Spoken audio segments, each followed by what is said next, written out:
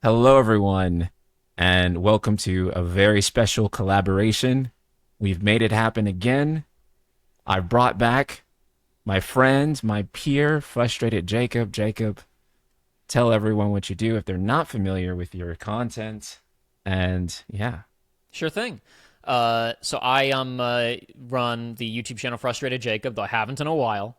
Used to like back in the day, I got started doing coverage of FF15 before it was out. Like back in 2013, I was kind of doing like, hey, if you weren't keeping up with verses, here's what you need to know.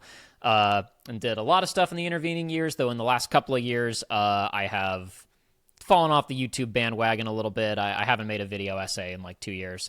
Though I hope to get back into it sometime. Some of you may recall the last time I was on this show, I had pretty grody facial hair, and that had been grown specifically for a gag for a video essay of like, hey guys, I've been gone for 2 years. That didn't wind up getting made because I'm just too busy. But I also have a Let's Play channel called Research Runs. We are actually this close to wrapping up a playthrough of Final Fantasy VII Remake. We finished taping it a while ago, but again, I've got too much going on in my real life, so it took a while to finish editing it. But only a couple episodes left of a remake playthrough that's been pretty solid so far. And we stream every now and then. In the middle of playing the original 1997 version of Final Fantasy VII with a friend of mine who was in that playthrough, who was blind on the whole thing, played remake, and now we're going through the original game. And did a Resident Evil 9 stream back when that came out. Did a full playthrough of that game. And tomorrow, my friend Joey and we will be streaming Star Fox at long last, the remake of the 64? reimagining of the 3DS remake of the Nintendo 64 remake of the original game. Finally! What we've all been waiting for. And Star Fox is kind really of short. is like one of the most, Yeah. yeah, one of the most like revisited games, let's just say. I don't want to hear anybody complain about FF7 remake, okay? When I'm looking at the fifth remake of Star Fox, all right? But Star Fox is a short game, so time allowing, we may do like one or two runs of new Star Fox, and then Joey and I have been talking about doing a full playthrough of Donkey Kong Bonanza. We were going to start that like 2 months ago, and then we decided let's actually do Resident Evil 9 instead. So tomorrow on the Research Runs YouTube channel, Star Fox and Star Fox remake, and then time allowing Donkey Kong Bonanza. So come on by; it'll be a good time. When will video essays happen? Who knows? But come by and watch some fun Let's Plays. Or if you want to hear me complain about Final Fantasy for a long time, we did like it was spread across a couple of streams, but I cut together a highlight compilation of us discussing FF16. It's like 2 hours long and mostly spoiler free. How can it be 2 hours long and Did I spoiler? ever tell you I watched that? Oh, you did? No, you didn't mention that. Yeah, I listened to that whole thing, and it was pretty good. I'm glad you enjoyed it. I found myself agreeing with like 90% of what was said. So I was like, yeah, you How can it guys be? deep cooked How can it on be that 2 hours one. long and mostly spoiler free? Because like an hour of it's about combat. But yes, if you're a fan of mine and you miss old Jacob talking about stuff for a really long time format, honestly, the Let's Plays we still do that a lot. So swing by there; it's a good time. But yeah, so that's what I've been up to lately. And other than that, YouTube, like I said, back burner because I'm got a full time job and trying to write novels in my free time. So it's like my priorities are like work, then hobby writing books, then hobby reading books, then hobby making YouTube videos, then hobby playing video games. So listen, I still prioritize this more than playing video games for fun, but it's not my top priority anymore. Used to be this is my top priority, not anymore. Writing novels is awesome, though. Trying my That's best to great. anyway. But yeah, so tomorrow. Speaking of, Yeah, yeah, go ahead. I know yeah. where you were going. Oh, I was gonna say, like, yeah, no, because we're talking about like Star Fox remakes. Yeah. Like, first of all, I want to ask, like, what do you think about the Star Fox remakes art style? I'm so Kyle Bosman did a video right after the reveal where he said the new Star Fox designs are hideous and that's a good thing. Basically arguing, and I don't necessarily disagree, that Fox has looked a certain way for like 30 years and none of those games have been big hits. And if you're gonna come back and do it again, maybe you gotta try something else. You gotta get those guys to stand out in the roster of Mario characters. I do think it was a bold maneuver to show us the Illumination movie Fox, voiced by Glenn Powell, and go, look at him and look at how cool he is. Okay, now look at this new version within like 2 minutes of each other. That was a bold choice, Mr. Miyamoto. But I don't know. I've gotten more used to the designs. The first touch was ick. I've gotten more used to them, and we're going to play it tomorrow, and we're going to see if it works.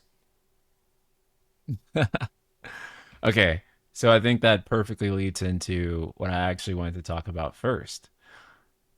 What are you thinking about the Ocarina of Time remake?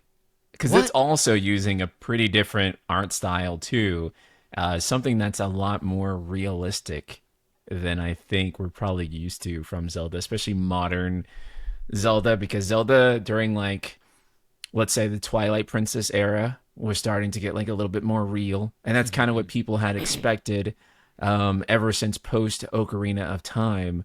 They saw that one GameCube tech demo and they were thought, oh my God, Zelda's going to be so realistic. And then they showed Wind Waker after that. And, you know, the reaction to that was pretty underwhelming at first. Now, I love Wind Waker, obviously. And Zelda ended up really succeeding on finding a stylized art style that maybe wasn't as chibi as Wind Waker, but they found kind of a healthy medium between like the Twilight Princess art style and Wind Waker's art style, I think, with Breath of the Wild onward. So what do you think of the way Ocarina of Time looks? We don't see much, but we see enough to infer what the rest of it is going to look like. Yeah, that's my right? thing, is that I feel like I like haven't seen enough of it to have Zelda fans are so sensitive about art styles, man. It's really funny. Like we're talking, you know, like the Breath of the Wild thing, really like the Ocarina of Time thing. Everybody bitched that it was too cartoony. Then we bitched that it's too realistic. Then we bitch it's too cartoony. It goes on and on and on and on and on. Yeah. I don't have like too much thought on the art style, especially because even though that game is supposedly coming out later this year, I kind of like I wonder if any footage from that trailer was even real. If it wasn't like a pre-rendered, you know, they overdid the lighting or whatever, like who knows? Because that trailer was so simple. I don't know. I think it looks fine. I really like it, like genuinely. I think it looks fine. I don't have a problem with it, but I got to see it in motion. You know, I think that the Ocarina trailer was weird. I had a lot of conversations about that trailer after it happened because, to me, looking at it, I feel like it was I felt like it wasn't enough. For what that is, right? Because it's like, okay, we just had this like Star Fox blowout barely a month ago. Being here it is, here's how it looks, 15 minutes of the game. And here we have a game shown at the ending of a Nintendo Direct where I would say 40% of the audience of that Direct has Ocarina of Time memorized.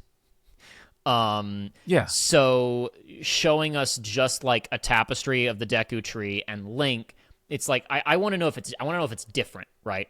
I want to know how the game has changed or if it hasn't changed. Because if it's a faithful remake, and then Koizumi's like, please be excited for more information, and then in a few months we find out it's a faithful remake with a new art style, then why'd you make me wait?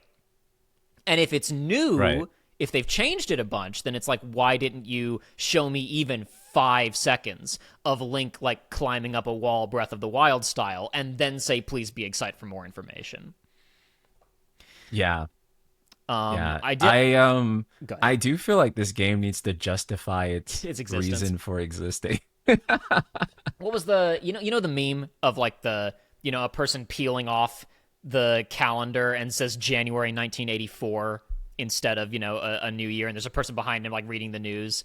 And I saw one that was Nintendo announces remakes of Star Fox and Ocarina of Time to support its struggling new handheld.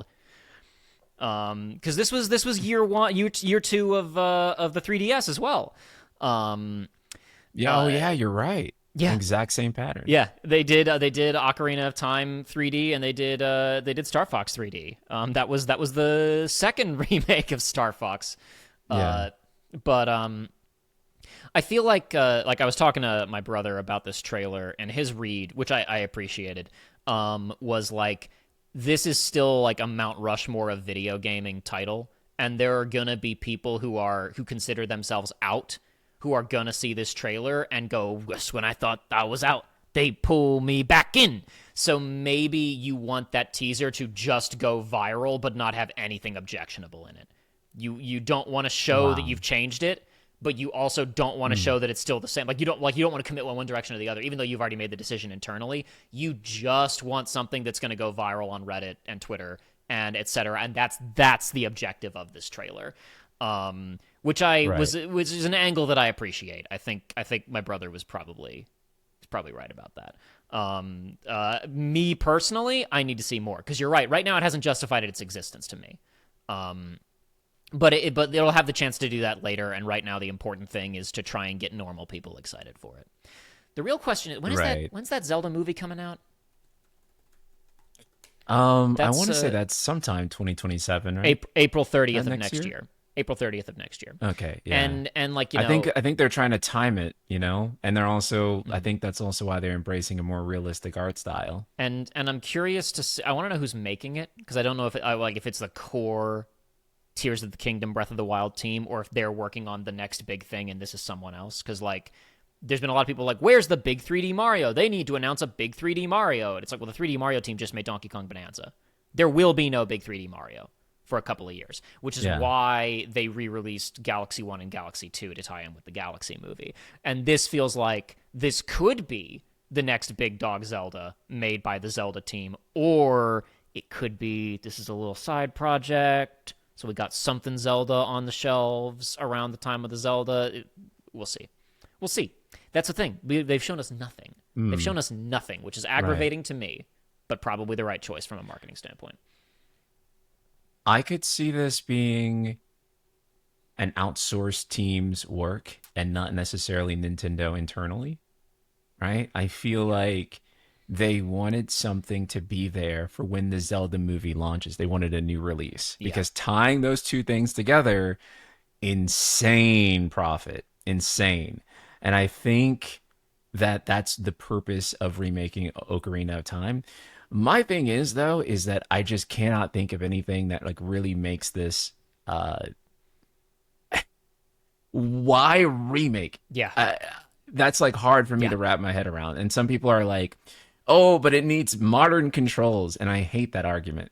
I hate the modern controls argument for remakes. I don't think that makes any sense. You What's can learn how to operate an older game. a lot of the I think the controls were 3DS already version was fine. Exactly. A lot of the controls were already Yeah, modernized for the 3DS version. You could port that with a super duper 4K texture pack and it would be yeah, fine. Um that's the thing is like for me to justify this what I need to see personally is like okay, you still have to go to each region in order. You still have to complete a dungeon and get an item that lets you go to the next area.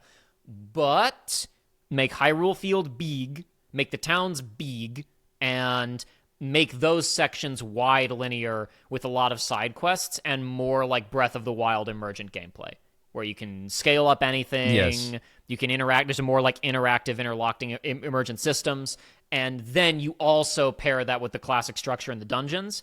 That would be a worthwhile reimagining. But if it's not that, then I don't really know what you would. I don't know what super duper graphics pack would get me interested. It's it's the right. Nintendo hired that man gag. It's Ocarina with ray tracing. Ooh, okay. I don't. Who cares? Not me. But we'll see. I would think that you need to do Thunder's Productions. Thank you for the 20 gift memberships. Jesus. Wow, that's crazy. Thank you so much. I appreciate that. Um, I would think you need to redo all the puzzles. So like Hmm. Master Quest, like the third time or twice, the second time. Yeah. So recreate all the puzzles. Do like you said, make the field the gameplay is the biggest draw of Zelda, I feel, more than anything else, obviously, as a video game. But just the way that Zelda has approached so much revolutionary gameplay throughout its history. So I feel like for me, if it's just Ocarina of Time again with prettier graphics, I could not be like less interested. I feel like that's like the epitome of like what's wrong with remake culture as it currently stands. I saw right? some folks in So I chat a do second feel like, ago. yeah, I saw some folks in chat yeah, a second ago. It's like the point is to make money, or the point is to have a big holiday title. Like, yeah, we know that, but we're just talking about what would happen yeah, to get us interested in it. This one, like, we're gonna yeah, talk some like when we get into Square, the conversation is gonna shift into like business mode because we're talking about a company that's like trying to figure out how to get its sea legs back and be like right now we're like. Of course, the Ocarina of Time remake is there to make money. We're talking about what we want. yeah. Like it doesn't even matter. Like whether it hits what we want or it doesn't, Go make money. it's gonna sell 20 trillion copies. It's gonna like make Uh-huh. Nintendo stock prices go up. Mm-hmm. They'll do great. I feel more comfortable maybe critiquing Nintendo stuff just like straight up artistically in the void of what they need to do from the capitalist side because no matter what they put out will succeed pretty Mm-hmm. much in terms of their software. Yeah. They don't really have any failures on like their major franchises for the most part. So that's why If I've we if become a we little if bit we more, acknowledge that Metroid yeah. is not a major franchise because it isn't. Um, You whatever said it, not money, me, folks. whatever money Metroid Prime 4 lost was more than made up for by Tomodachi Life, so it's fine. Nintendo stays winning. This is a good question from Andrew Brown here with the super chat. Would you want this remake to be Resident Evil or FF7 level? I want it to be re-level as FF7 level, or I would want it to be as remade at FF7's level. Is that too ambitious? I think that's what he wanted to say. Okay, I think assuming when you say RE remake, because when I see Resident Evil like remake Yeah. on its own, I think RE1 remake. I assume what Andrew Brown actually means is Resident Evil like 2 and 3 remake. Then yeah, sure, yeah, that makes sense Yeah, to me. that's what I'm thinking. Yeah, Yeah. that tier makes sense Yeah, to me. actually, I think I would rather see Plot Ghosts in Ocarina of Time remake than I would have seen like FF7 remake I if I had to disagree just choose. because like there's nothing like Ocarina's plot isn't interesting to me. Like I mean I guess that's one. It's like you could, but I guess my point is like there's so much there that you could punch up without changing anything, which I would say is what the Resident Evil remakes have been doing. You know what I mean? Right, Where yeah. like where like Because narratively, those are still mostly the same, or at least they don't take as big narrative swings as well I guess that's what I mean when FF7 is I look doing. at Yeah, the Resident Evil remakes as like still telling the same story but simply increasing the fidelity of the writing. Um yeah. which is something that Nintendo's never had particularly good writing. We'll find out tomorrow with the Star Fox remake how that goes. Tune in to research Yeah. runs on YouTube. Josh Z with the super chat saying, "I think they are remaking it mostly so that the movie is not visually as jarring to hardcore fans." They don't care about Yeah, that. I think they just want like the casual audience to have an easy sell. So yeah, I'm sure that the more realistic graphics are probably like for the movie audience to transition into playing the most critically acclaimed Zelda. Well, or at least before Breath of the Wild came out. Yeah, I don't know. it's a Ocarina safe still bet might if be the if we most. assume that the Zelda Yeah. movie audience has already bought Breath of the Wild to get them to buy something else. Yeah. Yeah. Uh, So let's talk about Square. absolutely. Listen, This is man, where you're the one who the decided to vibes start a shift. stream on your show about Nintendo instead of Square. Everybody already logged off. It's too late now. I could talk about Nintendo all So day. true, But King. So true, King. Okay. So I want to start by talking about Final Fantasy Resonance. And the reason is because when we previously talked, you have been screaming for a really long time, why is there no HD 2D Final Fantasy? And it turns out they've actually been working on it. They've been working on it since 2020, apparently, which is crazy that Square just moves so slow because I was reading about how the internal pitch and like all this other stuff. Mind you, half of the assets for this game were already like, done. there. Yeah, and like this is how many like layers of corporateness that they had to navigate around before the game can just actually be worked on. But what did you think of the game? I'm sorry that you said that because I hadn't heard this 6 year number that you've just told me. When did Champions of the Continent come, the Octopath Traveler mobile phone game that they made into Zero? That was okay. That came out in 2020. Octopath Traveler Zero came out last year. Okay, somewhat similar. Yeah. somewhat similar timing frames. Okay. Anyway, my Yeah. thoughts on it. To give a little recap to anybody who may not recall the conversations we've had in previous years. Um, so shifting out of Nintendo mode and into Square mode. When I come Mm. on this show, I'm typically not talking about my tastes because to me, the like I often see people being like, oh, they need to do turn-based combat games again.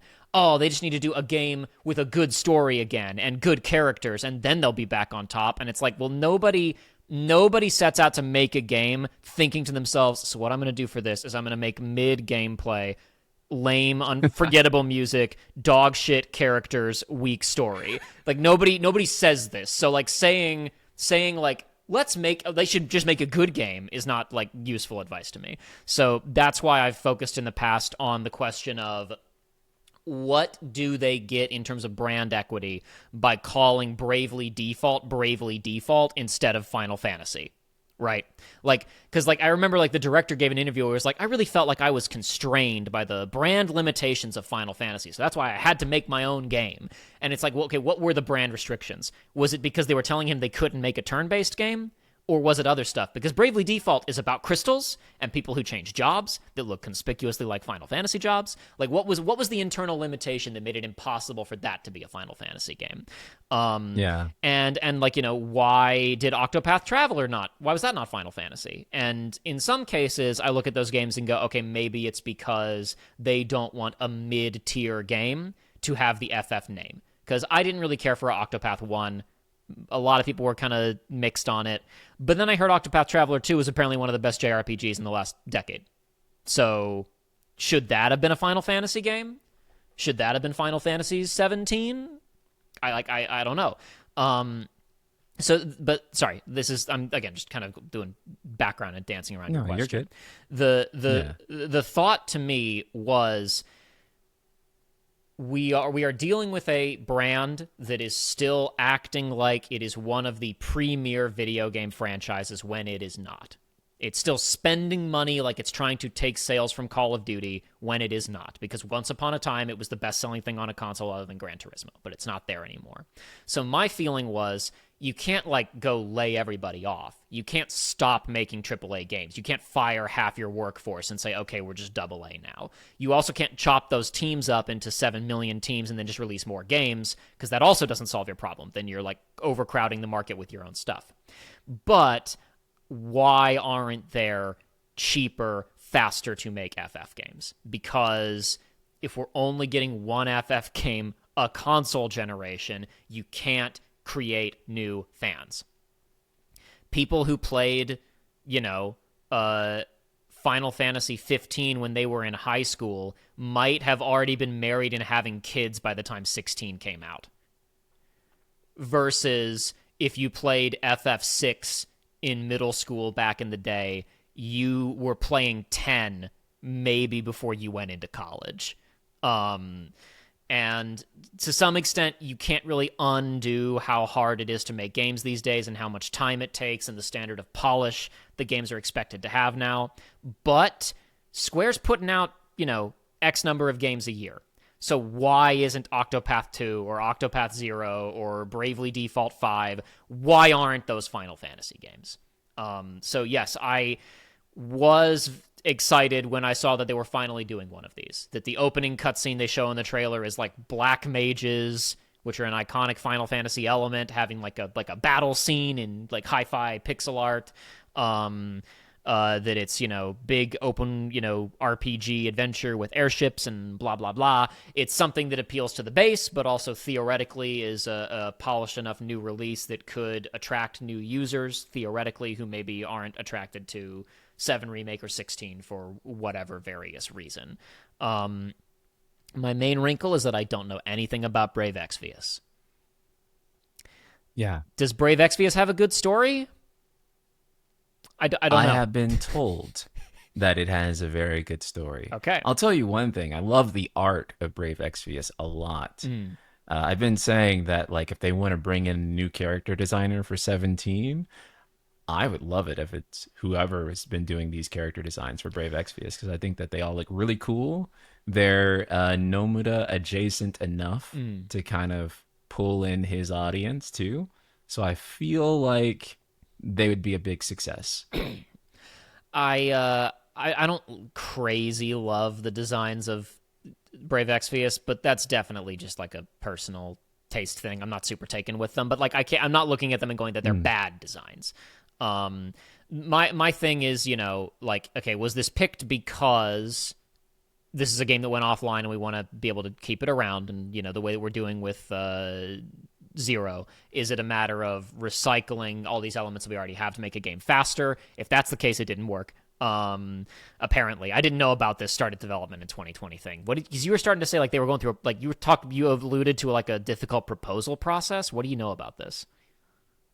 Oh, well, it's just like based on what the director was saying was that like he pitched the game all the way back in 2020, Mm. and then they had to spend like I guess years doing R&D and stuff like that, and I was just kind of puzzled why it took 6 years from pitch to release to get this game out, right? Like when so much of the assets are already done, and it's an HD 2D game, and I'm just like, what was so slow about that pipeline that made a game like this take 6 years? Like, Yeah, I don't want to yeah, imply that the 2D HD games don't have a remarkable amount of polish and attention to detail, and that they're like, oh, you can make those quick and cheap, but like they have made a lot of them like relatively quickly. I mean, we got yeah, Octopath Traveler 0, 3 Dragon Quest remakes, um, within like, I feel like that was within like a 16-month period all those games came out.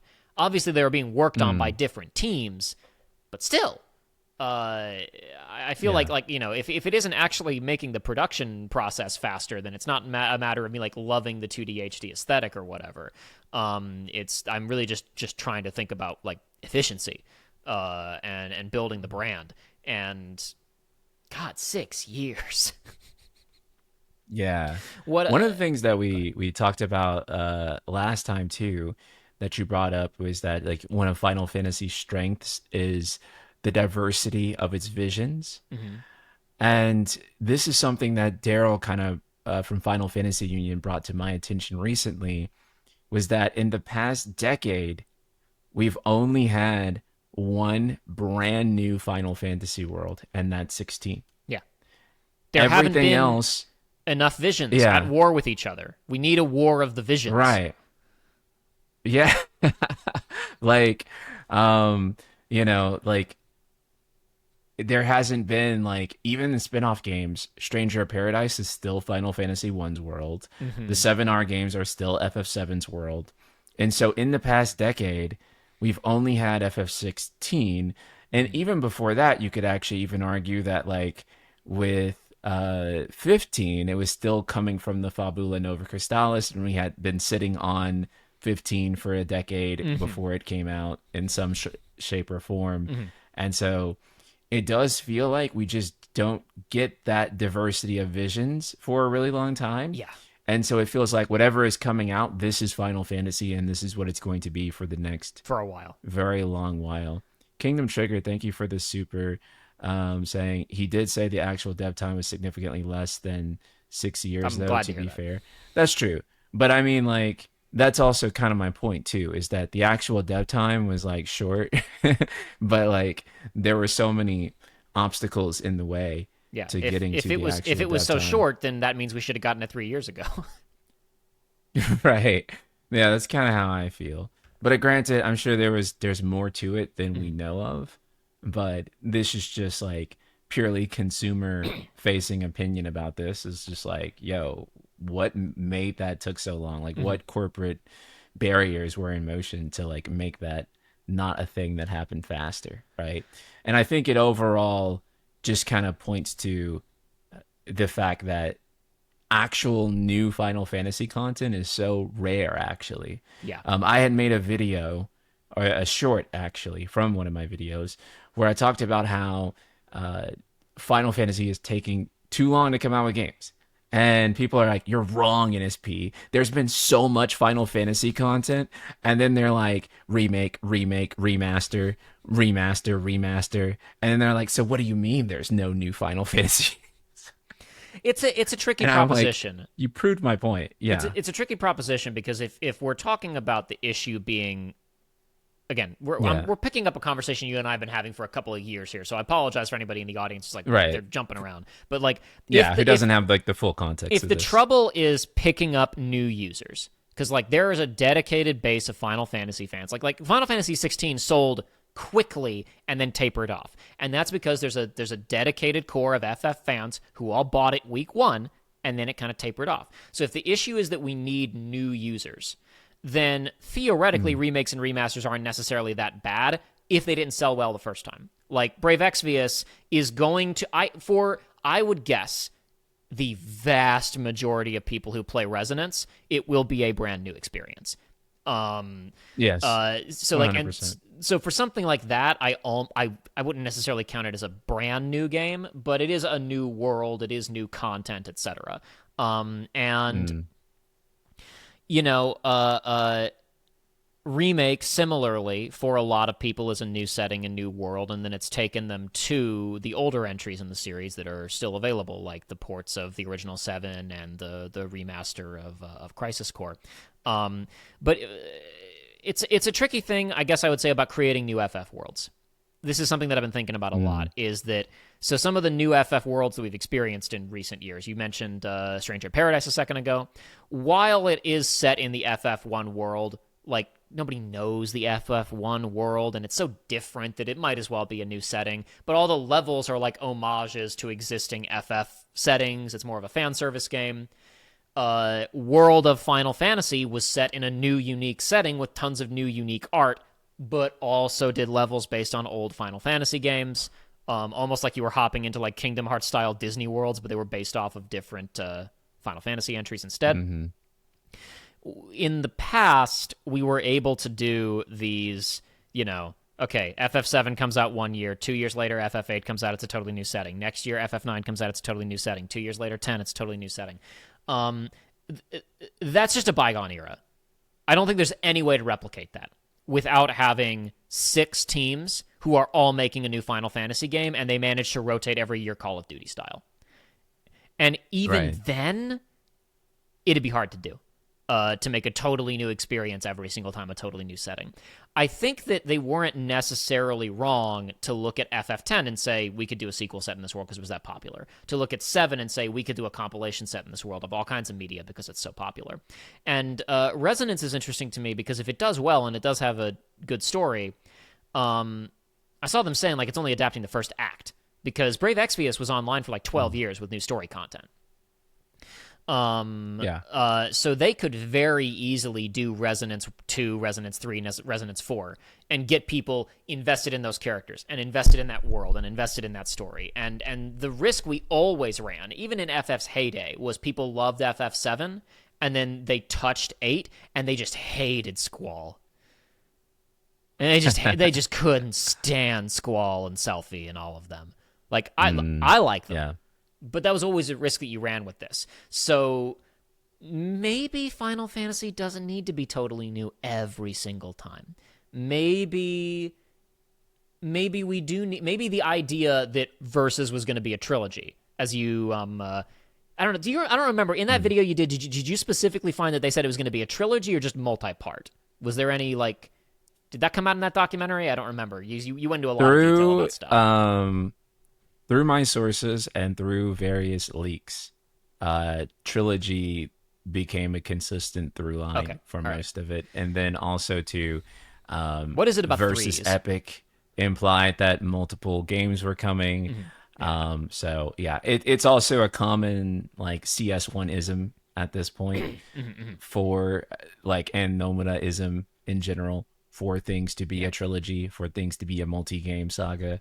So the trilogy has some substantial backing to it. You take a risk. Not ever explicitly confirmed though, to be clear. Got it. And they probably internally they didn't know because they were still planning it and waiting to see how Versus performed. And that's the risk with planning something as multi-part from the beginning is if you create a game that ends on a cliffhanger and then that game didn't sell well, it's just there forever and you never got to finish it.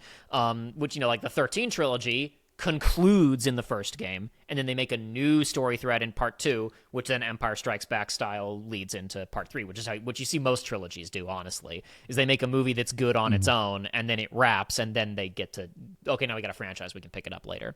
And planning that from the beginning is really hard unless you're doing like something like FF7 Remake, where it's like kind of a surefire bet, and you absolutely know where you're going with the later parts. So, like, I wouldn't have encouraged them, hey, you should have FF16 end on a massive cliffhanger and totally bank on getting a sequel. Like, that would have been a bad idea. With Resonance, if they already know what the arcs are, if they already know where to stop, right, that could be interesting. If they know this is like a beginning and end point, and we can rewrite it a little bit to make it like satisfying, have a little post-credits scene, like that could be cool. FF14 is the most popular FF right now. And it's an ongoing, basically, television series where every arc leads into the next arc, and you're hanging out with these same characters forever and ever and ever. And like if you didn't have 5 expansions to hang out with them, Alphino and Alize would be nobody's favorite Final Fantasy characters. But because you get 5 expansions with them, they're everybody's favorite Final Fantasy characters.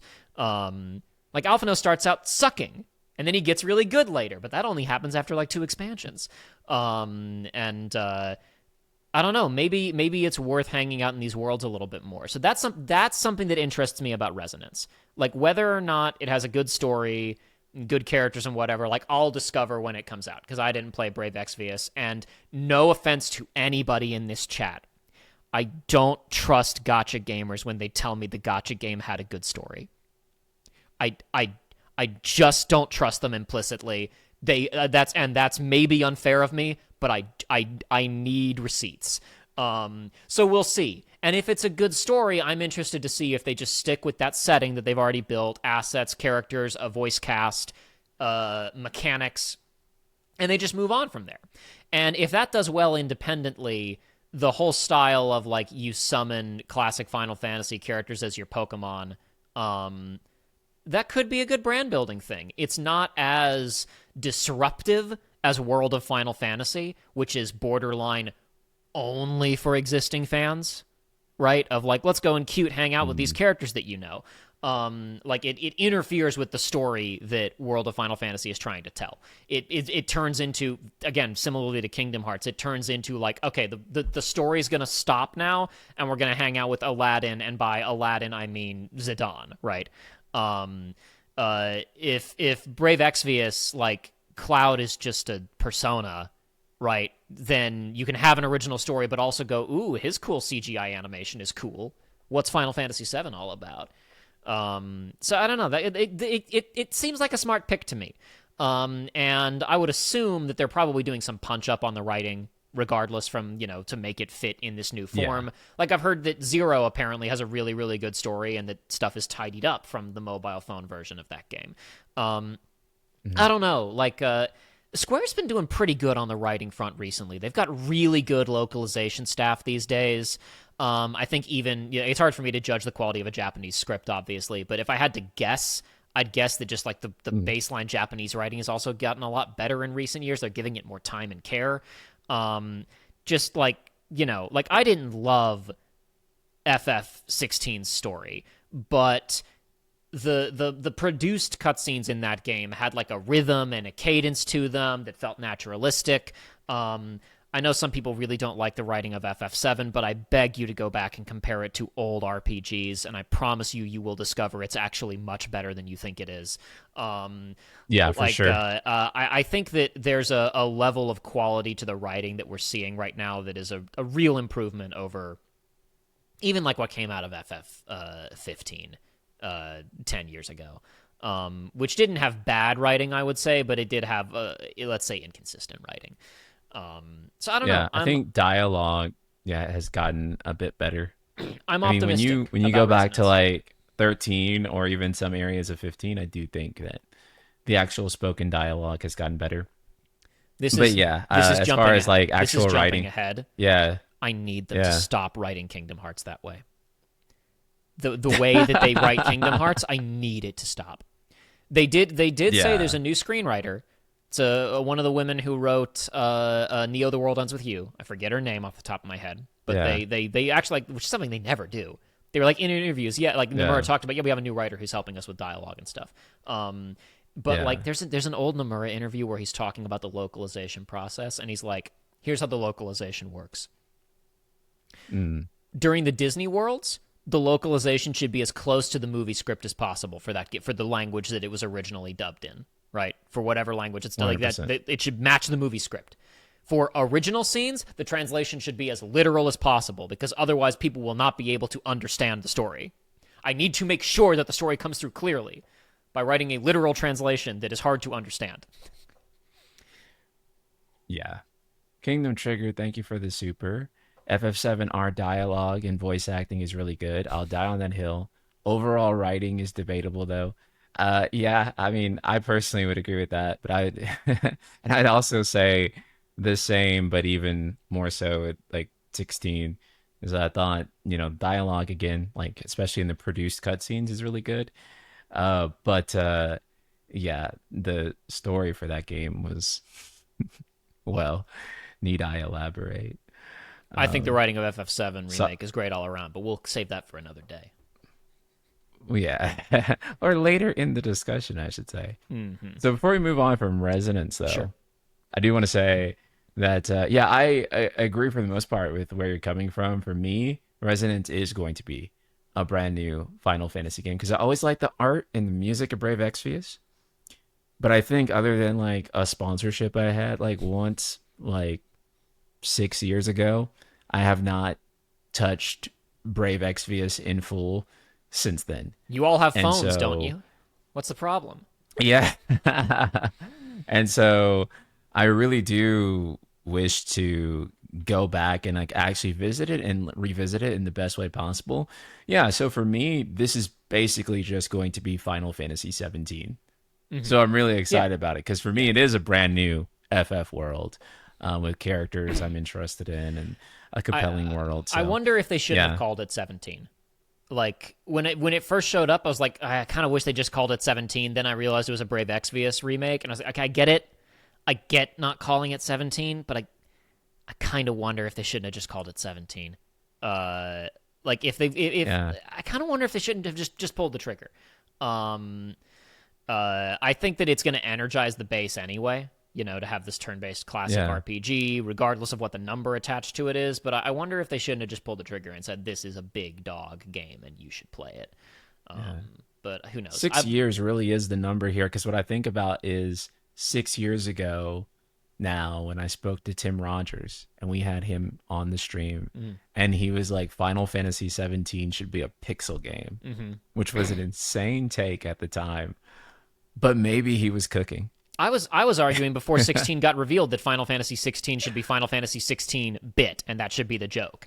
And that whatever AAA Yeah. game they had in production should just, if it was already planned to be 16, they should just bump it and make it 17. Because that was like around the time that Octopath was announced. I was arguing this. I was like, why isn't this just FF16? And it turned out it was because Octopath maybe didn't have the narrative chops that you want from a mainline FF. But again, I don't know, like, would you argue that they set out to write a mid-story with Octopath Traveler? Probably not, but it's hard to say sometimes. But I don't know. I wonder how well Brave Exvius is going to do because as much as there are people in this chat who will say until they're blue in the face they need to put the based back in turn-based combat, and that's what FF needs, and then it'll be good again.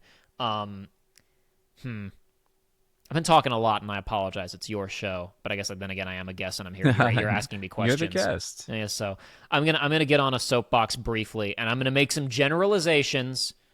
So bear with me, audience. Don't rip my head off. But I don't want to take 10 hours talking about this, so I'm gonna make some generalizations. JRPG turn-based combat is bad. Wait, never mind. Back up. Let me attach an asterisk. Turn-based combat, when it was not in the old days where it was a concession to hardware, the function of turn-based combat is one of three things. Number one, you are playing a game which requires you to make decisions that are too complicated to make them in real time. Now, the argument against that is the existence of games like Devil May Cry, but not everyone can play. People can't do that. Some people just can't keep up with it. So you make a turn-based game where you are making complex decisions that the player needs time to think about. You also make a turn-based game if it's a game where you are controlling more than one unit. RTSs are an argument against this, but some people can't play RTSs, and they're going to prefer something like a Civilization or whatever else, or like an XCOM. And reason number 3 is that you just want a chill, grindy experience. I would argue Final Fantasy typically does not. Tabletop games exist, said Honey Boy. This is not talking about. Listen, board games are a totally different beast. Board games and tabletop games we can't even get into that. We're talking about simulated digital environments. We're not talking about physical games. Of course, those have to be turn-based. Of course, card games have to be turn-based. This is a different thing. I would argue Final Fantasy very rarely asks you to make interesting tactical decisions. In fact, they kind of conceded that when they made it ATB. Of like, well, how do we make this interesting? We'll put you on a time limit. What Final Fantasy does benefit from immensely is the chill grinding experience and the controlling a whole squad experience. Now, under that column of controlling the whole squad, I'm including games like, I would say that experience includes, I want a game with multiple charismatic characters who play in unique ways or that I customize in unique ways. And that runs the gamut from Final Fantasy V job system all the way to Paradox grand strategy games where you're commanding armies. Like that column of turn-based games, I would lump under the same thing, where it's like I'm dealing with multiple units or multiple types of decisions at the same time, and you can't do that in real time without going crazy. Final Fantasy VII Remake is the best system we've ever seen for achieving that in a real-time setting, and the way they pulled it off was by just cheating and letting you pause the action. After that's what's so interesting to me about the design lineage of Kingdom Hearts going into and Kingdom Hearts and Dissidia and all that stuff that team did and that Tetsuya Nomura touched all the way to Remake is you watch 20 years of how can we put cool RPG moves and party management into a real-time action game. Oh, we'll have a command menu where you use the D-pad to pick stuff during action. Okay, what if you had a card deck, and if you combine 3 cards, it does a unique move? Okay, never mind. What if you had like a deck of 6 moves, and you rotated between them while you also did real-time combat, but you selected... Okay, how do we fix it? What if you just paused it and opened the menu during the action combat? Oh, that worked better than anything we've ever tried. Oh, maybe we were over-engineering this slightly for 20 years. I find that really interesting, and I'm not saying any of those games were bad at all. I like Kingdom Hearts, and I'm even a Chain of Memories defender some days. Depends on the day. But I just find that design lineage interesting. And that's where, to me, like, the chill grinding experience of old FFs usually doesn't appeal to me that much. So Final Fantasy VII coming along and preserving the team dynamics in an action setting really appeals to me. FF16 completely losing all character and team dynamics, maybe that is an integral part of Final Fantasy. We would talk about what core sacred pillars are. Maybe turn-based isn't a core sacred pillar, but maybe... And I was open to them trying like the single protagonist again, even though when they tried it with 15... it still didn't quite work. It kind of worked a little bit better with 15 because you had team dynamics. You still had 3 party members there that actually like did stuff even when you weren't actively controlling them. And then when 16 removed that entirely, I tried to be optimistic, and then when I played it, I was just like, no, this isn't what FF is to me. So like, I don't know you have to be able to control their. Yeah, that might mean that if we say that a column of Final Fantasy, if I talked about no whiteboard gag today, I thought about a whiteboard gag for some time coming on here. It wouldn't be as much of a gag. It would be like, what do we think Final Fantasy is versus what does Square think Final Fantasy is, and like 2 columns and see where they line up. And I don't think ATB is a column. I don't think turn-based is a column. I think there's a new acronym, which is ST. Strategic Team Management. I was gonna say sell 10 million. No. That's what they think Final That's the Fantasy other pill. Okay, is. so yeah, there's 2 columns. The Square Enix STM sell 10 million. Our column is Strategic Team Management. That's it. All right, but I think that might be the pillar that people actually need more than it being turn-based or action or high fantasy, or I think that we need STM, If we re-achieve STM, we will sell STM. But this does disqualify FF16, Dirge of Cerberus, and Crisis Core as Final Fantasy games, but I'm only sad about losing one of them, so it's fine. I'll leave it to you to guess which Dirge. one. It's an easy guess. Yeah, I know. Dirge. I'm real torn up about losing Dirge, dude.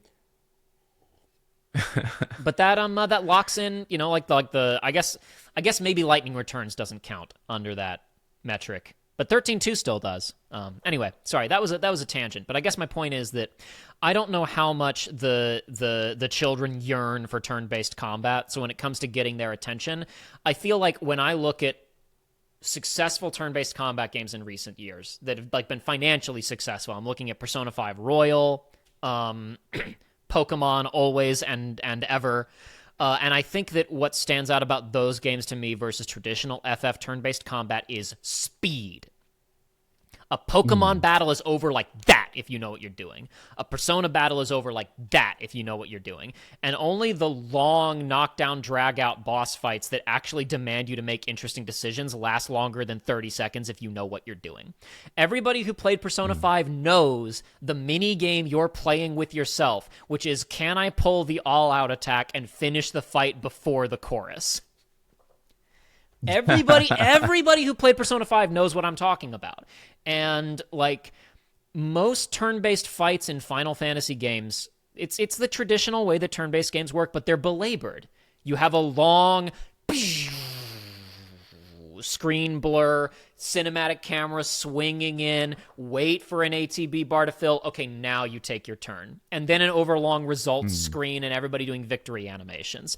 And Persona's like... Da-da-da-da, you're in, right, instantly. It's really snappy. I think it's why there's a lot of people that anecdotally will say, I'm not really into turn-based, but I like Persona's turn-based. Yeah, and people will say, I don't like Yeah. turn-based, and they'll play XCOM or Civilization, right? This is what I'm saying, where I feel like it needs to be one of three things. The turns require strategic decision-making. I'm managing an interesting team, or I like the fun, grindy experience. And Persona's all of those in a really strong way. Yeah. And it's snappy, it's quick. It's like that's the thing to me about FF that makes it kind of uninteresting. Turn-based combat often is just it's resource management. But I'll just use my strongest magic spell and then I'll use an ether after that when I'm out of the battle. I'm not really thinking.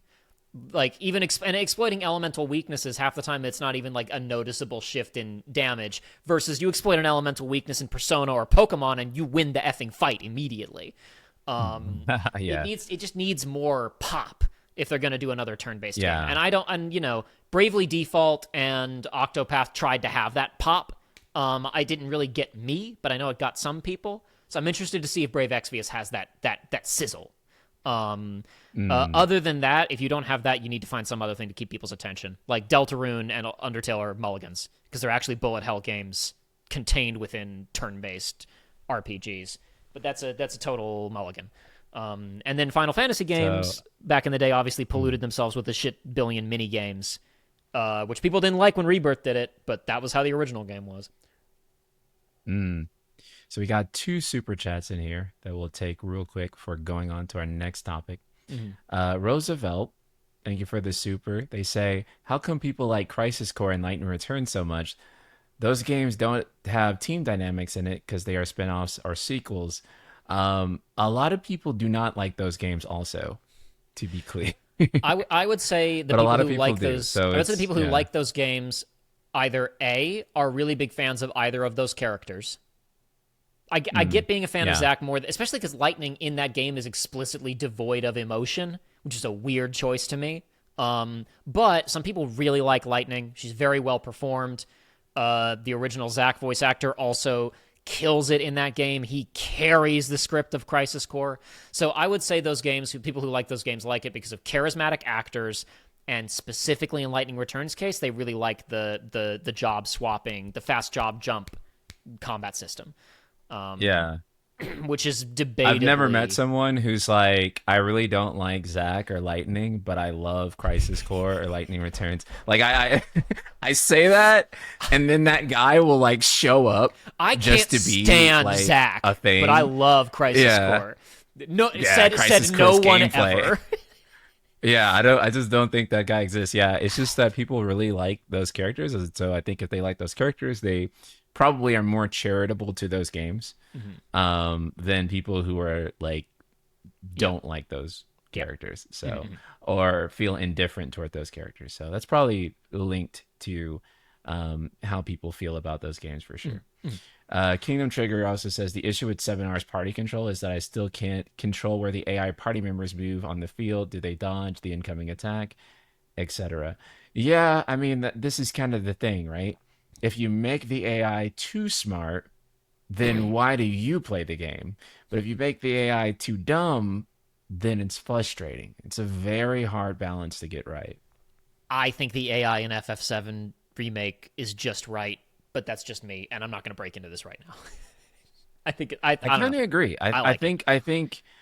I think it is good enough. Usually, if you're leading right as the party leader, I feel like the AI will follow well enough for it to not be an issue. And then Mhm. there's materia that helps out with Yeah. like anything else you need the game And the to do. AI is So not like perfect FF14 trust system where like they're always going to dodge the mechanics. That is one thing. Like yeah, in FF14, like if you're playing with trusts, you can just watch where they're going and like, oh, that's how I dodge this next mechanic.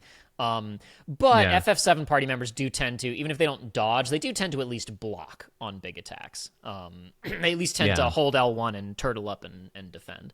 By the way, strategic team management means that FF11 and FF14 still qualify as Final Fantasy games. No, Yeah. 100%. 100%. That's the fun of the MMO experience Mm-hmm. is that because FF is about working together with others, Mm-hmm. it's the game that allows you to actually Yep. work together with like actual real other people, Mm-hmm. right? But that being said, enough Final Fantasy slop for now. I want to talk about we'll come back to it with Revelation, but I want to talk about Heart of the Kingdom, brother. Heart of the Kingdom, the Mm-hmm. fourth Heart of the Kingdom The game, fourth one, showed there's up at only an been three so far? There's only been three. Someone tried to talk to me about some birth by sleep nonsense. I showed him the door. All right. There's only been three, and the fourth one is coming. It's true. It's coming. And so we have Resonance and Octopath Zero, Yes. right?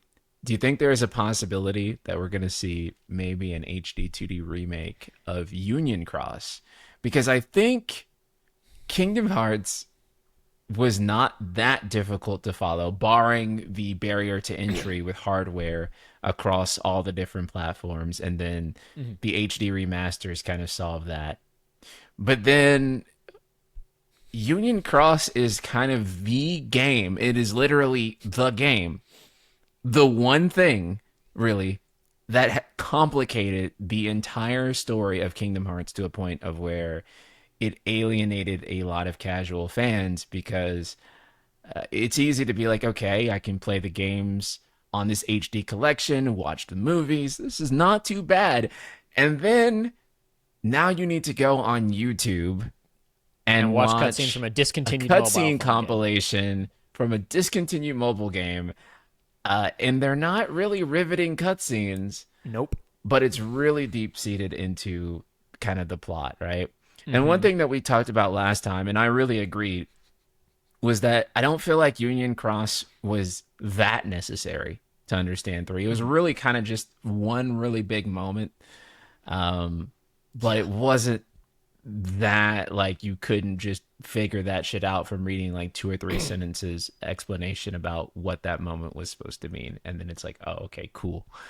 But now they're kind of showing characters like Sigurd, who was kind of introduced at Maybe. the ending.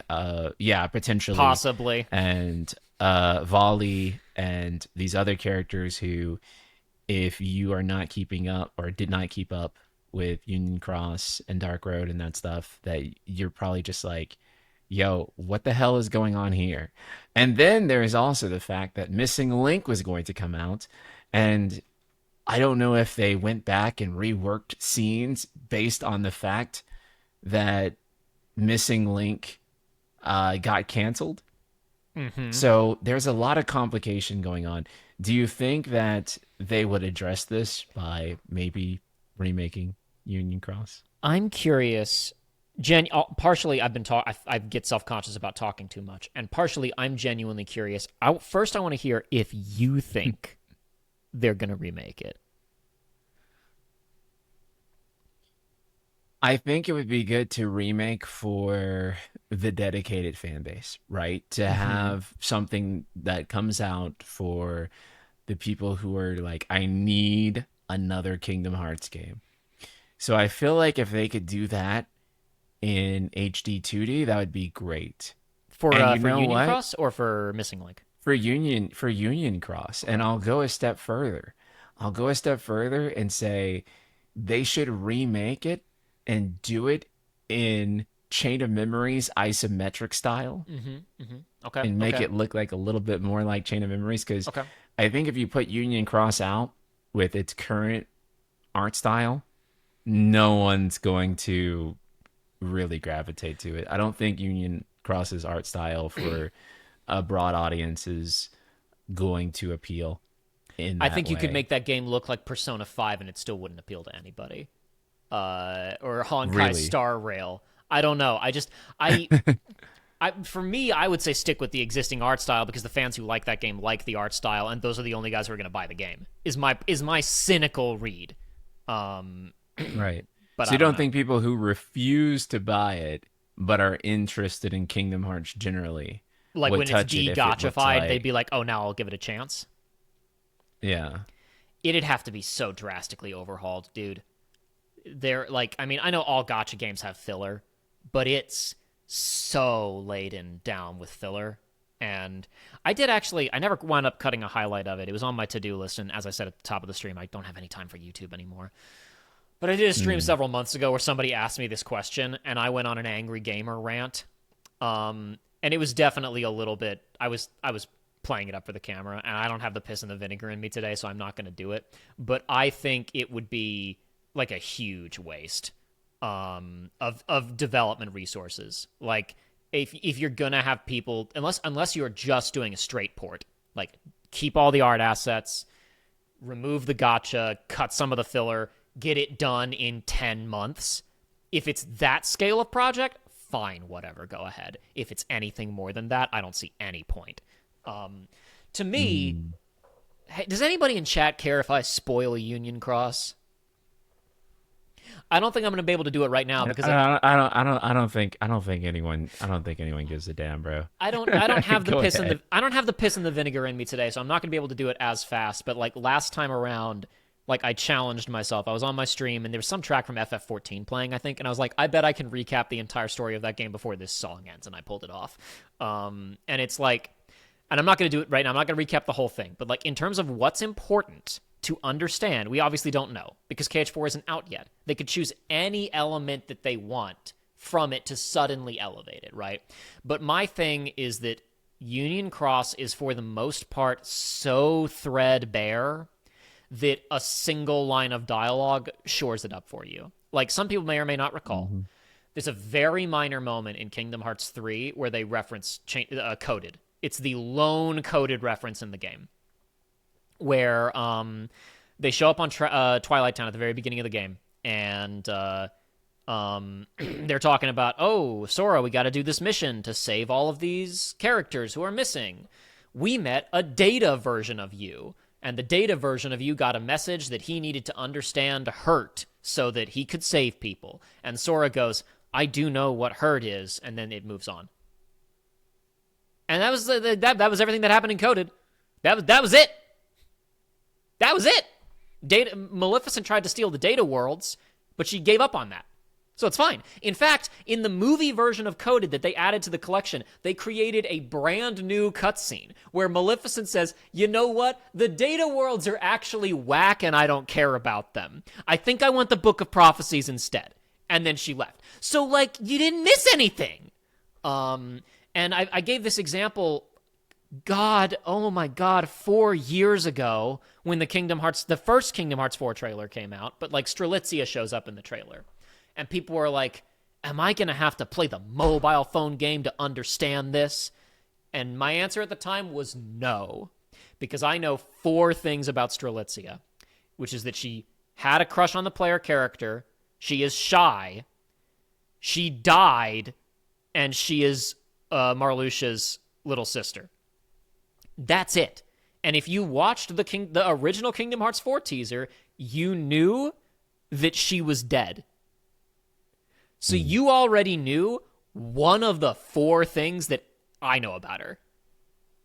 Right? Yeah. Like the Master of Masters, who is presumably going to be a major force in the upcoming games. And he's introduced in the mobile phone game. All I know about him is that he's mysterious and kind of playful, but he's got a dark, angry streak in him occasionally. He can occasionally get really serious and angry when he's not being playful and weird and a wacky guy.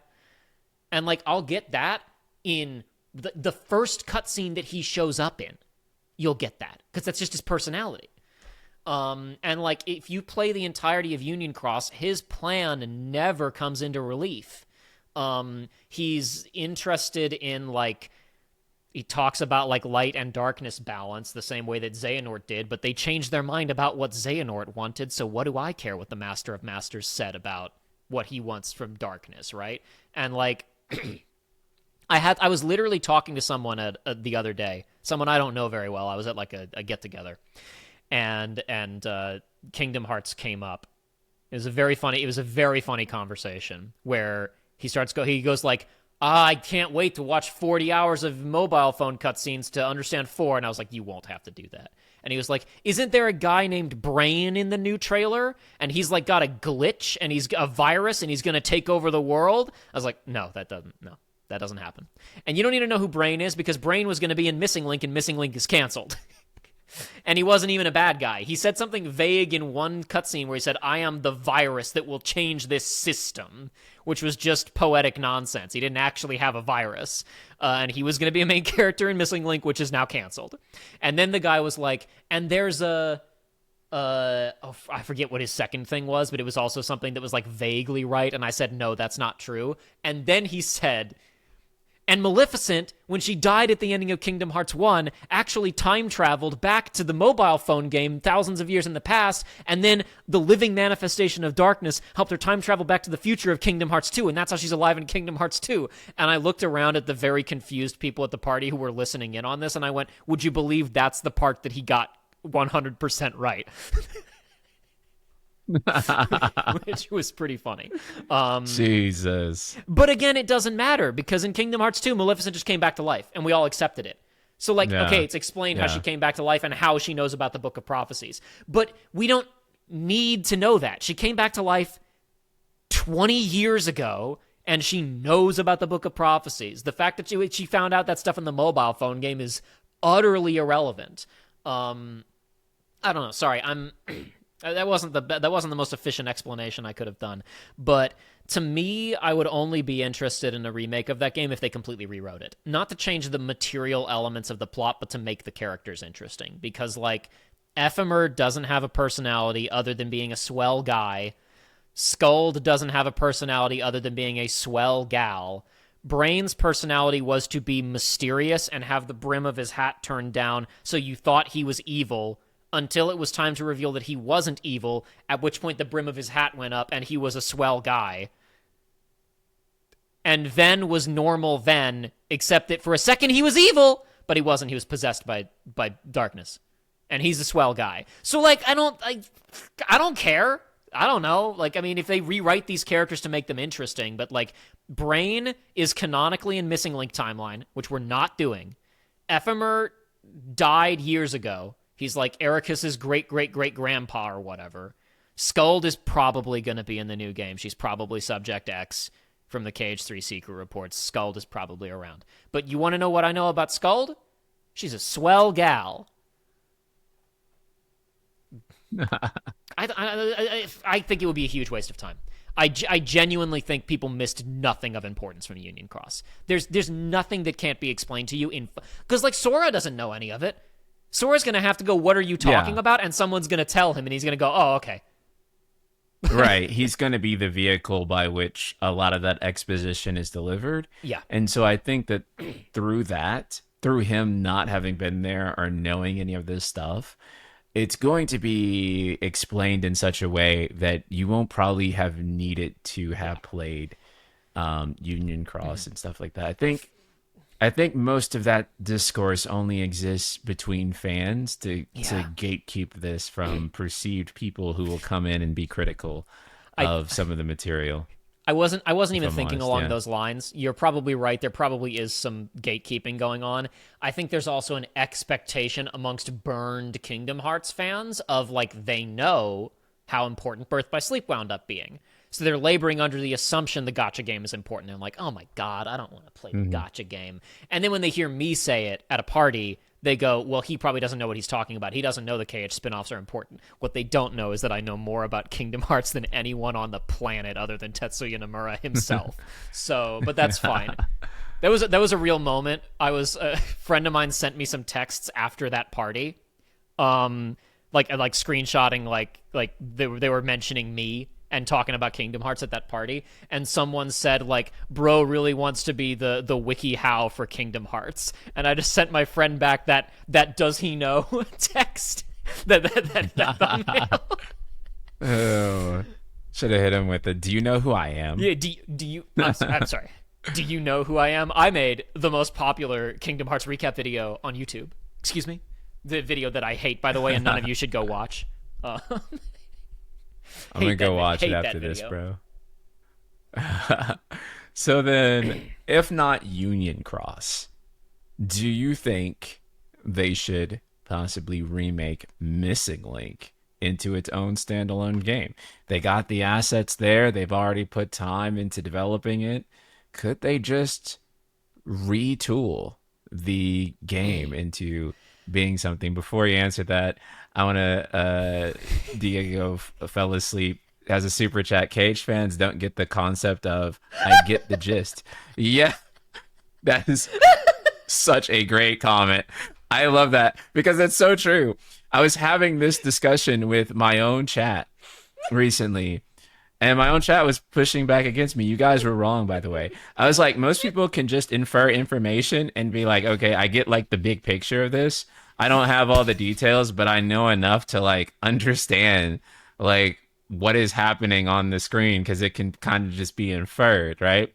And I was saying that growing up, watching TV and stuff, like, because if you watch television, unlike today with Netflix, You'll miss you episodes. couldn't start anything. Yeah, you couldn't start things from the very beginning. And so at the very least, millennials and older have the ability to do this thing called infer, right? It's crazy. I know like for a generation that didn't grow up where like you can just go on Netflix and start everything from the first episode, or like you don't have to ask your mom like, mom, no, mom, I need you to go back and buy me the first game, and like I have to play them all in like precise order and stuff like that. Most people grew up being able to like be like, hey, I'm starting at some point in the middle, but this is interesting. I don't know all the characters or the backstory behind this, but I can figure it out through inferring and like. And nowadays, if you don't know, you can just literally Google look it. this shit up really fast. Yeah, Google it. You can and probably be like, find a oh, TikTok okay. that tells you the whole thing in like 2 minutes, dude. It's easy. Right. Or some AI And voice so, telling I guess, you what happened in the movie or whatever, right? The AI voice right. recap And videos. so yeah, exactly. Like people have like I've like went in to see sequels of films where I didn't even watch like the first one or two, and I had people give me a rundown either while we were watching it at home or while like before we went to the theater, and I have perfectly understood like, oh, okay, that's this and that and the other. And maybe there were some references I didn't get, but usually I was able to follow the films and I had a pretty good time watching. There was So, something said on the yeah, Castle Super Beast cast just the other day that was yeah. pretty insane, which was millennials and young Gen Zers are going to be in a very weird space because on the other end of them, baby boomers and Gen Xers and young Gen Zers and Gen Alphas on both sides, nobody knows how to use a desktop computer, and both sides have lead poisoning. Because the lead poisoning is back thanks to vaping. Wow. Incredible. Incredible. So, if you're older Gen Z or millennial, you have you're in a great spot right now, guys. You have superpowers. You're like the only people who don't have brain damage.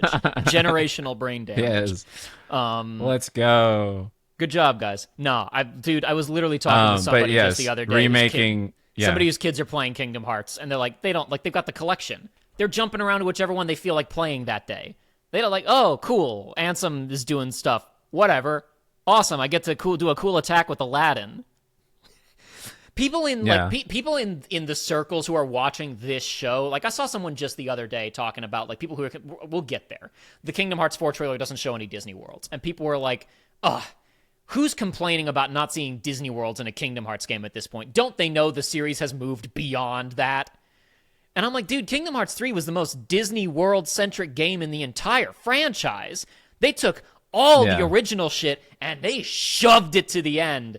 And that game was sold almost entirely on, hey, it's cool to hang out with Buzz Lightyear and Woody, right? Like, don't pretend like normal people don't play this to hang out with Buzz Lightyear and Woody. Don't pretend. Yeah, I think that in terms of the Disneyness, Kingdom Hearts 3 almost slid back further into the Dizussy relative to like Kingdom Hearts 2, even possibly, which had more like Final Fantasy stuff and more time to explore original worlds. Kingdom Hearts 3 is the only game in the series that opens on a Disney World.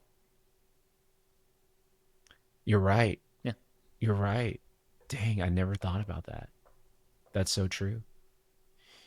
So, do you think it was weird there are no Disney Worlds that were shown, though, in this first trailer?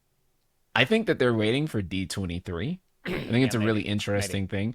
I think that the primary purpose of this trailer was very much here. Damn. Shut the fuck up. We're working on it. Like, I think that was... All right, damn! Damn! Yeah, like... Whatever, here it is. Stop asking me. Stop asking me for some Never ask me for anything again. Kingdom Hearts. Yeah, I think that was, like, the primary function of the trailer. However, I do think it was a pretty decent trailer, but it still kind of was just an extended look at everything that we had already seen from the first trailer. So my hope is that they're waiting until D23, and then we're going to get, like, our first look at an actual Disney World. Yeah. It's funny, because there was a Disney World in... Well, technically we see the one shot of Hades' Underworld, which was similarly in the last... That was what was weird, is, like, I think the new trailer was a good trailer in a vacuum, but in the context of it's been 4 years, and you showed us literally the same stuff we saw last time, not a very good trailer, in my personal opinion. Because to me, like hardcore fan, anybody with the ability to go, OMG, was that Sigurd? Pog? Anybody who can do that was going to buy it anyway. So functionally, the new OCs, they fulfill the same purpose as Strelitzia showing up in the first trailer for normies, which is there are cool-looking anime OCs in this game. Which for some people, that's 100%. A turn-off. For some people, it's a turn-on. KH is in a weird place with marketing all the time because I won't even say you're facilitating three camps, but like you've got people who play it just for the original story. You got people who play it just for the Disney stuff. You got people who play it for both. You've got people who are edgy teenagers who kind of think they're not supposed to like Disney anymore, but they are getting into anime. And you're always in a weird place marketing a KH game. I don't envy the people who have to figure out how to sell these things. I'm not saying that like sarcastically or whatever. That's like as a marketing professional, I do not envy the people who have to figure out how to sell Kingdom Hearts effectively. It's a weird proposition with a lot of different things being offered and different audiences to facilitate. And I think it's interesting to go back and look at how the games have been marketed differently, because you were talking about it showing up at D23. Sometimes these things like never show up at D23. KH3, Disney was very involved with the marketing. A bunch of like E3 presentations and D23 stuff, and like they would open with Disney movie studio producers introducing the trailer instead of people from Square, which had never been done before.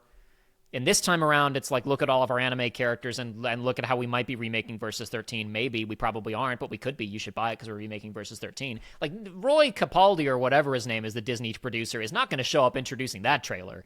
But he showed... The guy, you guys probably remember, he was the producer on Big Hero 6. He kind of looks like Master Xehanort. He's bald with the goatee, and he showed up in some of the KH3 marketing stuff. Like, I don't know. It's a weird territory because to me, I feel like showing up in a Nintendo Direct, which is amongst young people who only play Fortnite and Roblox and don't own Xboxes and PlayStations, a Nintendo Direct is the one of those Summer Jeff Fest shows they're most likely to watch. So to me, showing up there with Star Wars or Moana or Toy Story or like whatever winds up being in the game, to me, missing that audience feels like that feels like a missed opportunity to me. But then I was having another conversation with a friend of mine who was pointing out that Disney does not have the vice grip on the young people today that it did 20 years ago. And teenagers are, even more than when you and I were growing up, teenagers are very into anime globally right now. So maybe showing up at the Nintendo Direct with, I wouldn't have made this connection because I've never watched it, but my friend was pointing out a giant monster attacking Tokyo looks a lot like Jujutsu Kaisen. So it may be a strategic decision that makes sense. To me, again, I've seen the Tokyo stuff. So like the screenshot collage they released last year as their okay damn marketing of last year, the most interesting screenshot in that was Mickey Mouse platforming through a magical mystery library. I would have been more excited to see what that is than to see any more of Tokyo personally, or any other stuff. But I don't know. I was also having this conversation with multiple people, and I ask you this question, and maybe you don't have an answer. It's also a question for chat, I suppose. Feel free to pipe up, chat. Realistically, what Disney World could be shown at this point that makes you excited to play a Kingdom Hearts? Yeah, I mean, I guess because I'm coming in from like the weeb dimension, there is really no Disney World that's going to like really make me excited. I'm here for the Nomura bullshit. And so, like the Disney stuff is just like a fun thing to play around with to get to the meat of that thing. And so I feel like a lot of people like me are looking for this Final Fantasy adjacent game that we enjoy playing, and we're looking for more of that. Because to me, I know this is a hot take. I know a lot of like Kingdom Hearts fans on like Twitter crash out when you say this, but Kingdom Hearts to me is just another Final Fantasy. So that's why I like it. I would agree. As someone who loves the Disney stuff in it, I also think of it I think of it more of as a Final Fantasy spinoff than I think of as Persona as a Shin Megami Tensei spinoff, and it literally has the Shin Megami Tensei monsters in it. Right. But we got some interesting ones in chat. We got Spider-Man, DuckTales, Star Wars, Treasure Planet, Avengers, etc. I also see Sora in Midgar and Lindblom. Again, FF World would be cool. I think Lindblom would be a good fit. I think doing an FF9 world in a Kingdom Hearts game would be a good fit. To me, the trouble is not to say that Disney hasn't had any big hits in recent years. It's been more hit and miss than it was in the Disney Renaissance era, obviously, but like Frozen, obviously a huge hit, though they already did it. Moana, monster hit. Zootopia, pretty big hit. Where else could they go? I don't know.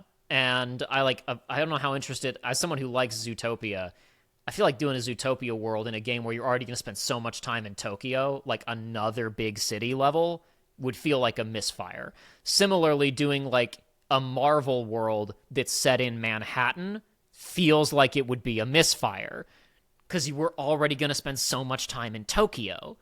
So like, and I don't really know what one, like, I guess my point is, like, it's hard to complain about the trailer and be like, oh, they didn't show any Disney worlds, because I don't know what they could show that would get me excited. Because problem with the Disney stuff in Kingdom Hearts more recently, it's always been a bit of a problem, but it became a critical problem to me, specifically in Dream Drop Distance in Kingdom Hearts 3, which is the over reliance on, we are just going to do a scene from a movie, except the performances will be worse, the animations will be worse, the cinematography will be worse, the music will be worse, and also Sora will be there. And it's like, okay, so the proposal is I can get all of that for $60, or I could watch all of these movies with my Disney Plus subscription that I probably already have if I care about these movies. So the continual, like, we've got to just adapt these movies faithfully means that my interest in any given Disney World is really low. Yeah. It's Because, prior Kingdom Hearts games really didn't adapt the films that strictly. And I think the low point for me in Kingdom Hearts 3 was when they had Elsa singing Let It Go. And that was also a pre-rendered cinematic. So it wasn't even like, oh my God, they recreated that scene in real time. Not that anyone would actually care. I guess it would just be technically impressive if they recreated it in real time. It would be technically impressive if they had Elsa build the castle with ice powers in real time. It wouldn't sell more units, but it would have been maybe technically impressive. It would have been a cool Unreal 4 particle effects showcase or whatever. Right. But even then, that was pre-rendered. And so that was just like, yo, why did they just literally shot for shot recreate that? Sora doesn't even like interact with the scene much. He kind of is just like, damn, she sure is singing Let It Go right now. And that's pretty much the whole thing. Very expensive scene, by the way. Yeah, I'm like, why did we spend budget on that? Couldn't that have been a Sephiroth fight? I don't want to. I don't want to turn this into a Kingdom Hearts 3 review, because I mostly like that game. I don't much care for how it ended, but I mostly like Kingdom Hearts 3. But that is a game where one of the criticisms in Donkey's 1 out of 5 review of that game, which I like that game more than he does, but I don't necessarily disagree with most of his points. One of the things he says, a little underhanded compliment, is the game, you got roller coaster, teacups, the blah blah blah, like lists all the things you can do. It doesn't do any of these things particularly well, but it does a lot of things. Like, to me, I would have gladly cut the entirety of Big Hero 6 world to make the Pirates world more interesting, to make the ship combat fully fleshed out. You know what I mean? Like, because to me, like, okay, here's a whole pirate ship open world for you to explore, but all the pirate ships have big glowing weak points, and also you don't have to explore any of the islands. Actually, here's a big open world for you to explore, but you can just go to the final boss. It's fine. You don't have to engage with any of that. Like, if you would, like, cut an entire world to make one of those worlds more polished, to me, is my personal opinion. Like, I would gladly... some people may not remember, but in Kingdom Hearts 2, it basically switches to an entirely different combat style just for Pride Lands. Where you're like, you have a sprint and a drift, and Sora has a totally new kit, right? Which, by the way, people will like swear they play these games and then be like, what's taking so long? And it's just like, dude, even on PlayStation 2, they were doing entirely unique mechanics for like a single world. That's my thing. Yeah. Imagine that in like a modern AAA game. With like these tier of graphics, you wouldn't be able to do that with the amount of production time now, which is why I say, and I want everybody to give it a moment, give it a beat, and think about it before you react. I was having a conversation with someone who said, like, what world would get me excited, and they said, honestly, Cars.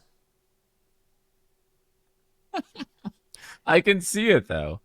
Because that would actually be like on that same tier as the Lion King for like how they have to like change things. The Lion King world in Cage 2 is optional. That's what's even more crazy.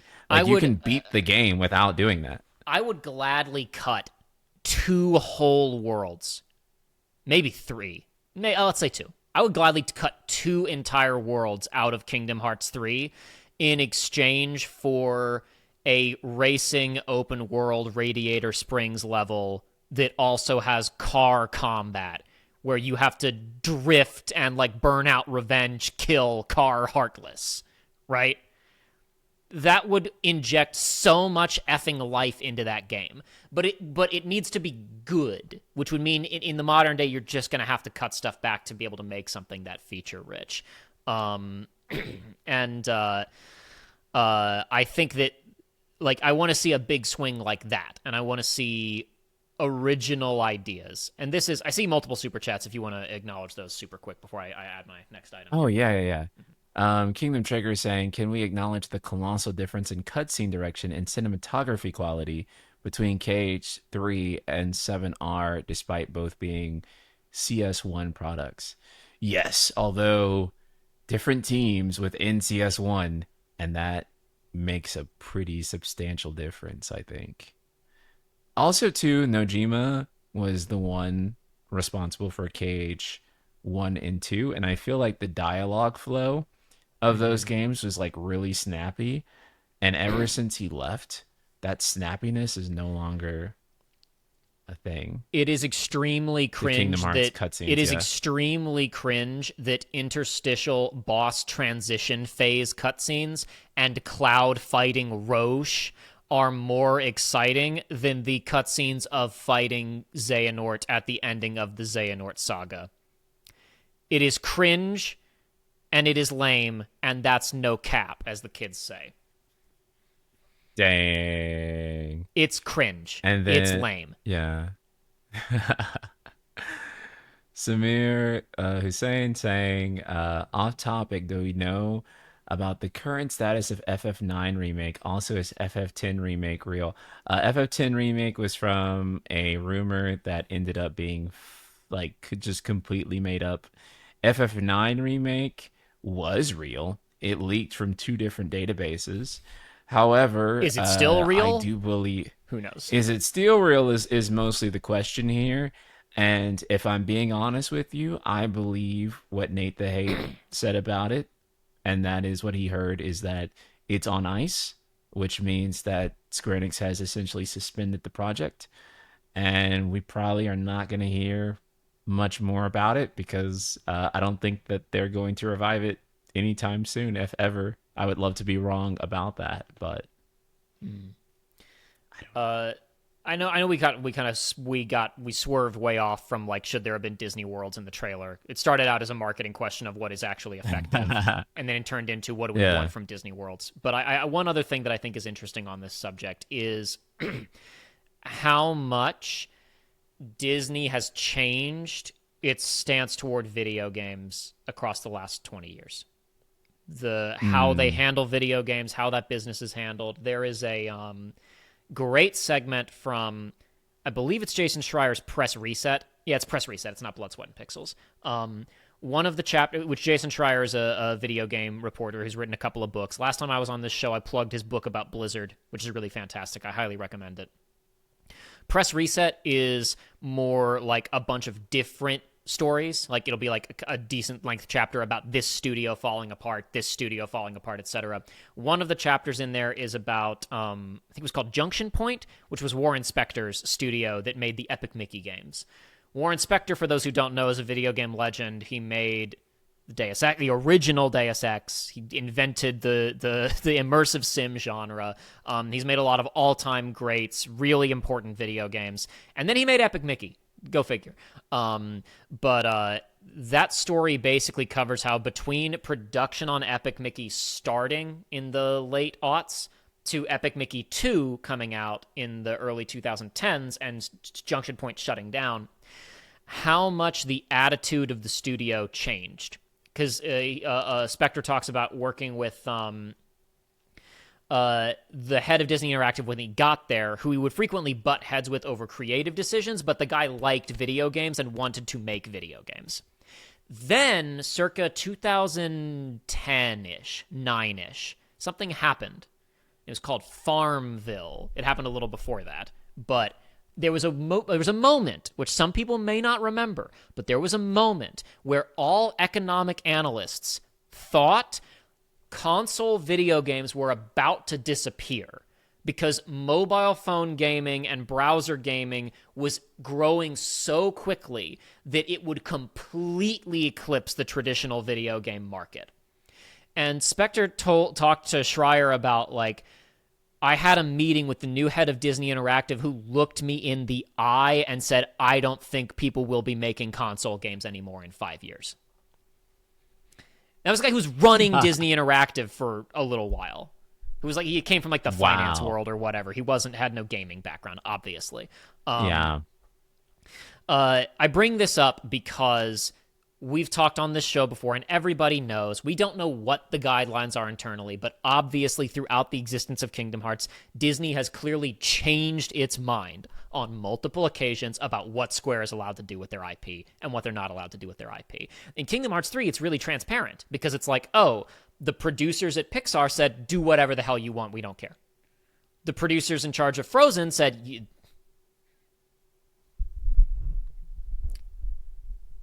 Don't you fuck it up.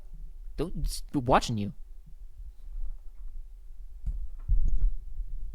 And then the Big Hero 6 producer was like, yeah, you can tell an original story that completely undermines the core themes of Big Hero 6, but you can do it. Go ahead, it's fine, we don't care.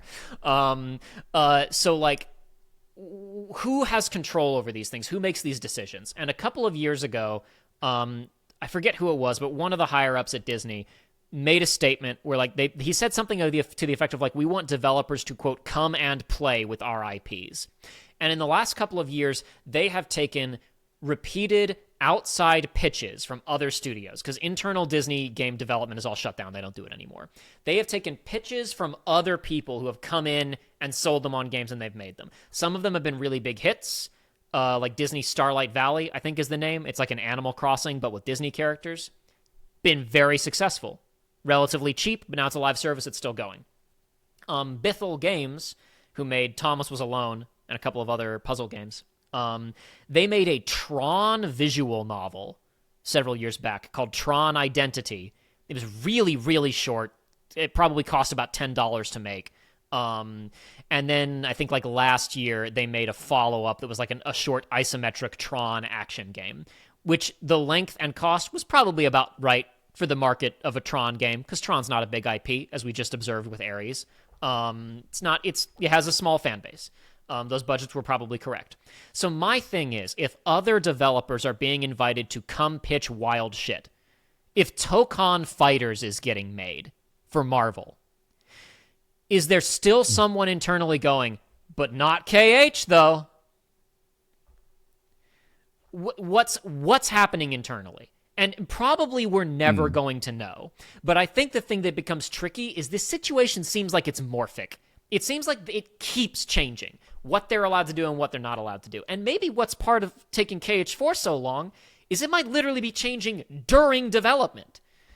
Somebody might have said, yeah, you guys can do this. And then 4 years later, some other producer comes in and says, they said you could do what? Don't you fucking ever do that. Don't you ever do that. Get rid of that shit. Or it might be the other way around, where like they were making a Wish world, a contractually obligated Wish tie-in world, and then that shit bombed, and they said, no, never mind, cut the Wish world. Lose it, don't do that.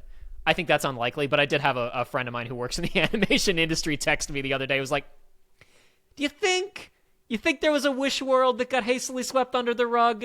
I don't think so, but it'd be funny if it did happen. Point being, it might just be that like it depends on how tightly they hold that one IP.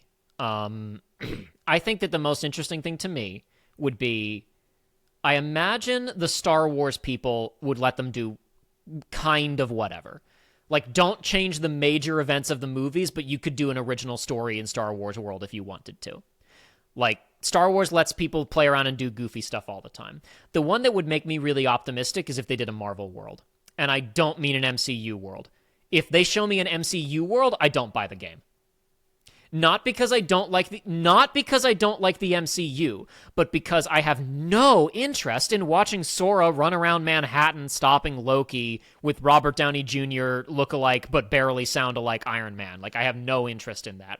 What I would like is an original story with a Tetsuya Nomura designed Iron Man and Spider-Man and a Roberto Ferrari designed, I don't know, Captain America and Scarlet Witch or whatever, right?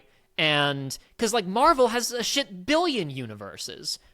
If they say no, you must do the MCU world, why? Tokon Fighters is coming out. Marvel Rivals is the biggest hit live service hit in years. But Kingdom Hearts got to do stinky MCU, and at that point, I would question, is that because someone at Disney said, you've got to do it? You must do MCU. Or is it because Tetsuya Nomura is like, people were so impressed when we did live-action Jack Sparrow, and it looked so good in Kingdom Hearts 3. We're going to really blow their socks off when we recreate Mark Ruffalo perfectly as Hulk. It will sell so many units if Robert Downey Jr. is in this game. Like, at that threshold, I would genuinely start to question what if it's on Square's end. That it keeps being like this. But I don't know. Sorry, that was a really long aside. That was a really, really long aside. But before we get to Revelation, I just wanted to ask, like, what do you make of some people not liking the art style of Kingdom Hearts 4? Because it is more realistic and more Final Fantasy-like, and I do see this be a point of contention a lot. Some people make the counter argument that, oh, well, the art style is going to be different in each world, and that's vaguely true. But generally speaking, I'm like pretty sure Sora's going to look like that for like 80% of the game. So it is going to be more realistic. Do you feel like this is like the death of the Kingdom Hearts art style, at least for this one game, or do you think I don't know. that you're cool with the Final Fantasy look? I don't know. I don't hate how it looks. I think that, like, the only character in the trailers, honestly, who I don't really like how they look is, I don't really love how Sora looks. But I think that's less to do with his face and more I just don't really love the new hairstyle. I guess I also kind of think Lushord looks weird. The other characters look fine. I don't know. Art style looks fine to me. I think it'd be more interesting if they took constant big swings with the art style changes. Again, if the game is all like live action remakes, super lame, super uninterested. The only Disney World that's soft confirmed is Return of the Jedi. As we've discussed previously, it's totally an ATST foot in that original trailer. I distinctly remember texting my brother after that trailer came out and being like, oh, by the way, I forgot one thing. People are sure Return of the Jedi is going to be in it. People see an ATST foot. And he went like, oh, internet theorists will reach for anything. And then I sent him a screenshot, and he immediately texted back, oh, yeah, that's an ATST foot. You and I talked about this, not to do a whole aside. The only thing they could do interesting with the live-action remake stuff is if, like, animated character counterparts meet their live-action remake counterparts. Yes. Like, if normal Alice shows up in Tim Burton Alice in Wonderland, that could be kind of funny. But the big live-action Mulan and, like... we'll skip that one. We'll skip that one. The one that I talked to you about that this would get me back on board as someone who's like, I'm gonna wait and see on Kingdom Hearts 4 and see what people say. The thing that would get me back on board is Angelina Jolie Maleficent meets cartoon Maleficent. I'd be back on board immediately. If there's any Phineas and Ferb fans in the chat, I think about the Across the Second Dimension movie where our like loser Doofenshmirtz who always gets beaten winds up meeting an actually competent evil Doofenshmirtz, and initially they get along, but then eventually evil competent Doofenshmirtz realizes that he's being held down by the canon one and shoves him to the side. That's kind of how the Sonic the Hedgehog 3 movie ends with Robotnik and Ivo.